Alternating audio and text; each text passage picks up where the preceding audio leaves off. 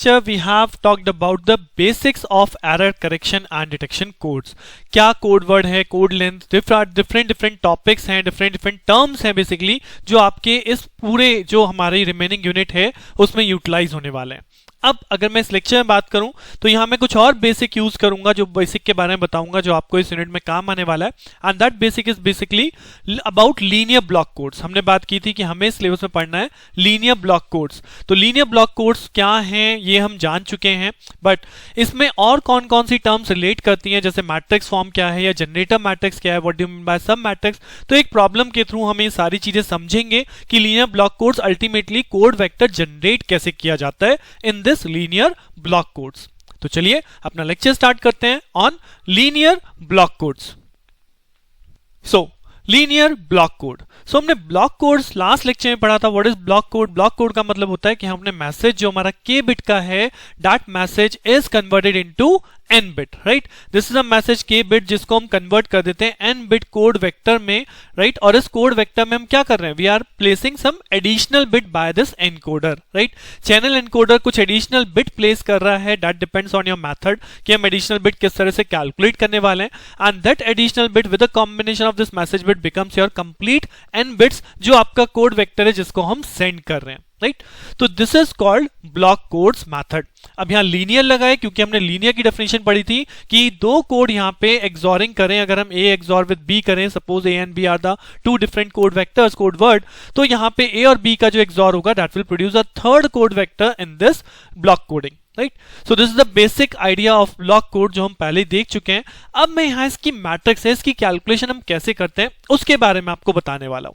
तो सबसे पहले अगर मैं बात करूं तो जस्ट एन एग्जांपल हमने यहां पे कंसीडर किया कि we have a particular code vector consist of what m1 m2 m3 dot dot dot mk message bit and c1 c2 c3 dot dot dot cq check bits. Now what is this? अभी मैं आपको बोल रहा हूं कि जो आपका message है, जो k बिट का मैसेज है, this is converted into what, into n bit code vector. So this x represent what? This x represent n bit code vector. This consists of k message bits as well as q check bits. Now these are the additional bit जो हम यहाँ पे place कर रहे हैं so that it becomes a complete n bit code vector, right? तो यहाँ पे जो q है, this q is called check bit and this is known as the number of redundant bits added by the encoder. तो यहाँ q की value क्या है? जी हाँ, q is equal to होता है n minus k. तो अब अगर मैं इस कोड वेक्टर को मैट्रिक्स फॉर्म में रिप्रेजेंट करूं तो मैंने भी क्या बोला? What is x? x is nothing but a code vector of n bits. यानी मैं इसे एक रो में रिप्रेजेंट करूंगा और इस रो के अंदर पूरा कोड लिखा होगा लाइक दिस. तो जितनी यहाँ पे बिट्स हैं उन बिट्स की साइज से ही इसका साइज कंस्ट्रक्ट हो जाता है. जैसे 1 क्रॉस, सपोज यहाँ पे 6 बिट है तो दिस इज 6, यानी कि एक रो में आपने 6 वैल्यू लिख दी तो that becomes a vector. This is called a code vector जो हम पिछले ही बात कर रहे थे. सो अगर मैं इन जनरल डिफाइन करूं what is the size of x matrix, अगर मैं इसे मैट्रिक्स फॉर्म में रिप्रेजेंट करूं तो what is this? This is 1 row cross n column, right. तो this x is represented as 1 cross n and this will be represented as what? यहाँ पे आपका मैसेज बिट है तो दिस इज मैसेज बिट आ जाएगा. मैसेज बिट भी same होगा कि यहाँ पे मैसेज कितनी बिट का है, सपोज k बिट का है, m1 m2 m3 dot dot mk. So that means एक रो के अंदर आपके k कॉलम्स. और देन सेकंड थिंग आपकी यहाँ पे होगी c. दिस c वेक्टर, जो c वेक्टर मुझे यहाँ पे लगाना है, this c vector is calculate given as this 1 cross q. यानी यहाँ पे कितनी आपके पास चेक बिट्स हैं and that is given by 1 cross q. तो यहाँ कोई मल्टीप्लीकेशन नहीं है. These are ये लाइक आप इस तरह से रिप्रेजेंट कर सकते हैं कि हम इन दोनों को एक साथ ज्वाइन कर देंगे then it becomes a code vector. तो यहां हमारा मेन काम है इस x वेक्टर को कैलकुलेट करना जो अल्टीमेटली m और c से कैलकुलेट होने वाला है.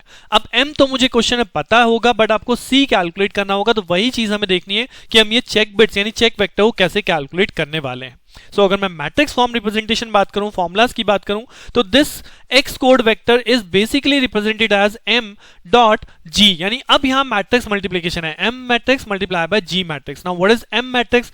m मैट्रिक्स अभी हम देख चुके हैं, that is called message vector if cross 1 cross k size. x is a code vector that is 1 cross n size and g is nothing but your generator matrix जो कि आपके क्वेश्चन में given आती है. the size of the generator matrix is k cross n. क्योंकि हम लोगों ने पढ़ रखा है मैट्रिक्स मल्टीप्लिकेशन तभी होती है जब हमारी इनर डायमेंशन क्या होती है, इनर डायमेंशन फुलफिल होगी। तो अगर 1 क्रॉस k डायमेंशन को आप मल्टीप्लाई कर रहे हो k क्रॉस n में, तो अल्टीमेटली आपके पास आंसर क्या बचने वाला है, इनर डायमेंशन कैंसिल आउट हो जाती है and the answer become 1 cross n, जो कि आपका कोड वेक्टर फॉर्म हो जाएगा, right? So x is basically calculated by m dot g, m multiplication with the G matrix. Now what is the G matrix? Generator matrix is given in your question or is represented as this matrix ik with pk cross q. Now what is this pk cross q? तो pk cross q आपकी एक सब matrix होती है जिसका size है k cross q, where k is the number of message bit and q is the number of check bits. And what is this ik? ik is k cross k identity matrix, right? तो यानी कि अब मुझे एक code vector बनाना है, तो code vector calculation करने के लिए मुझे m डॉट g करना होगा, where g is what, g is calculated by this thing ik into p cross k. Now इस p क्रॉस k की हेल्प से अल्टीमेटली मुझे क्या मिलेगा, मुझे अल्टीमेटली मिलेगा my check vector and this check vector is calculated by this message matrix multiply by this p sub matrix. तो ultimately जो जनरेटर मैट्रिक्स मुझे गिवन है, उस जनरेटर मैट्रिक्स से अल्टीमेटली हमें इस p मैट्रिक्स की वैल्यू को कैलकुलेट करना होता है. And once I got this p matrix, then इस p matrix को मल्टीप्लाई कर दूंगा अपने मैसेज वेक्टर के साथ, so that I get this check vector. और जैसे ही आपको चेक वेक्टर मिल गया, then आपका ये x कोड हम बना सकते हैं message vector combine with check vector, right? तो चलिए अब इस टॉपिक को और अच्छे से अंडरस्टैंड करने के लिए एक एग्जांपल लेते हैं, जहां से आपको एकदम बहुत आराम से ये जो मैंने सारी चीजें बताई हैं एकदम आपके दिमाग में एकदम फिट हो जाएंगी, बहुत अच्छे से आपको क्लियर हो जाएंगी. So let us take an example. So here is the given question.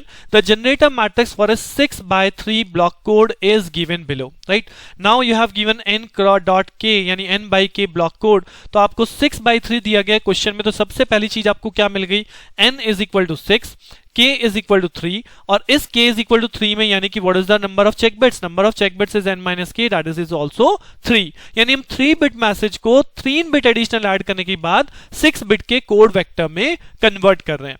So question में पूछ रहा है find all the code vector of this code, जहां पे आपको जनरेटर मैट्रिक्स, जी मैंने बोला था आपको g गिवन आएगा, तो जनरेटर मैट्रिक्स आपको गिवन है जिसकी हेल्प से मुझे सारे के सारे कोड वेक्टर जनरेट करने हैं, राइट? तो अगर मैं G मैट्रिक्स की बात करूं, सबसे पहले G मैट्रिक्स अभी हमने देखा था कि G is equal to what, G is equal to this IK with PK cross Q. तो अगर आप यहां G को देखेंगे तो ये देखिए, ये हमारा सिंपली मुझे आइडेंटिटी मैट्रिक्स दिख रही है, तो this is my I of K. और आप K देख सकते हो, K कितना है, 3 है, तो दैट इज 3/3 मैट्रिक्स, राइट? तो this is I of K 3/3 matrix, clear?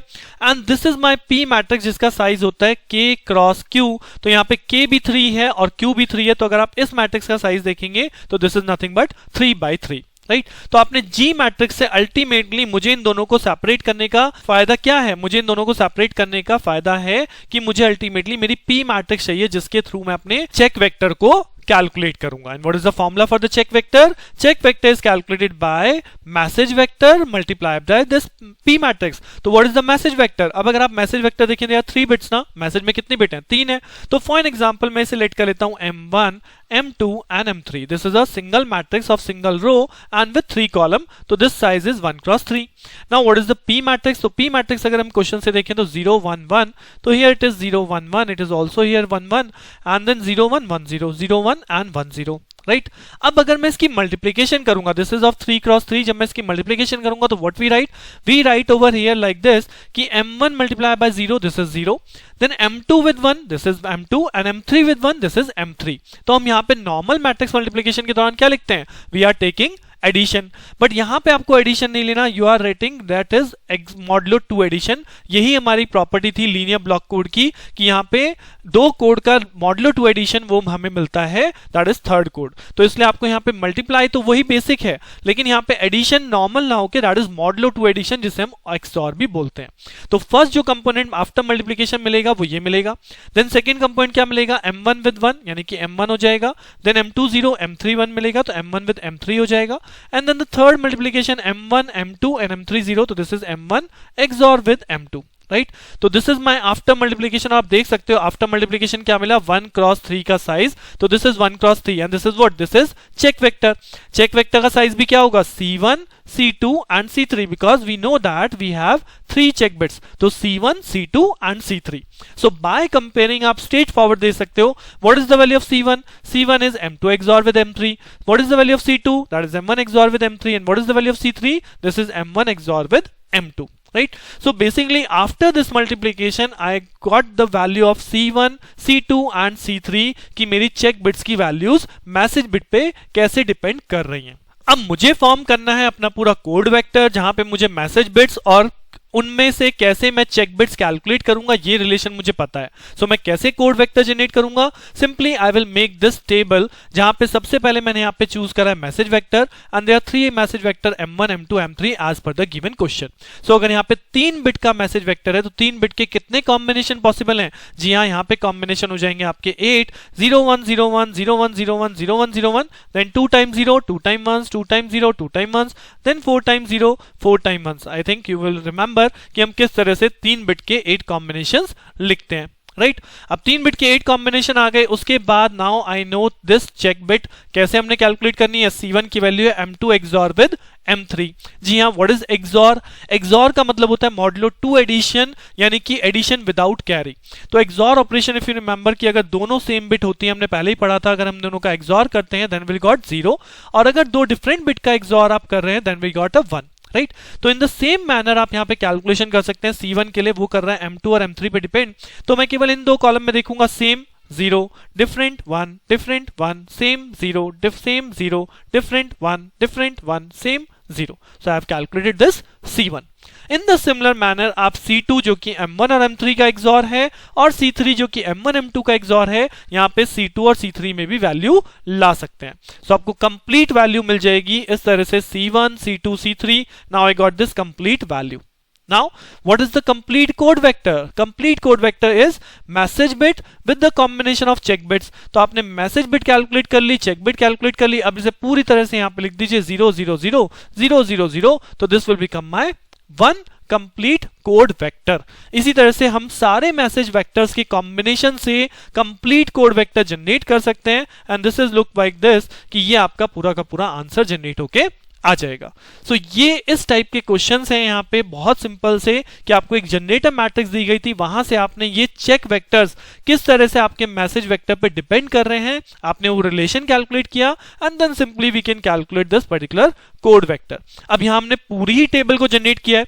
हो सकता है आपके पास एक पर्टिकुलर फॉर्म आ जाए कि suppose construct a message vector 0 0 1, इसके लिए केवल कोड वेक्टर को जनरेट कीजिए। तो प्रोसेस पहले आपको C तो कैलकुलेट करना ही करना पड़ेगा, मतलब रिलेशन तो लाना ही पड़ेगा, रिलेशन के बाद ही मैं इस पर्टिकुलर कॉम्बिनेशन के लिए चेक बिट्स बना सकता हूं, और उन चेक बिट्स को बनाने के बाद I will find out this particular code vector, right? So this is the procedure how to generate a code vector in linear block codes। So इस लेक्चर में आपने लीनियर ब्लॉक कोड्स के बारे में थोड़ा सा समझ लिया है कि जनरेटर मैट्रिक्स क्या है, कैसे हम कोड वेक्टर जनरेट कर रहे हैं। In the next lecture we will continue this topic. हम एक और प्रॉब्लम करेंगे और देखेंगे कि हैमिंग कोड्स बेसिकली क्या हैं, किस तरह से हम यहाँ पे कोड वेक्टर्स या जनरेटर मैट्रिक्स को जनरेट कर रहे हैं। तो बने रहिए मेरे साथ, मिलते हैं नेक्स्ट लेक्चर में। Thank you.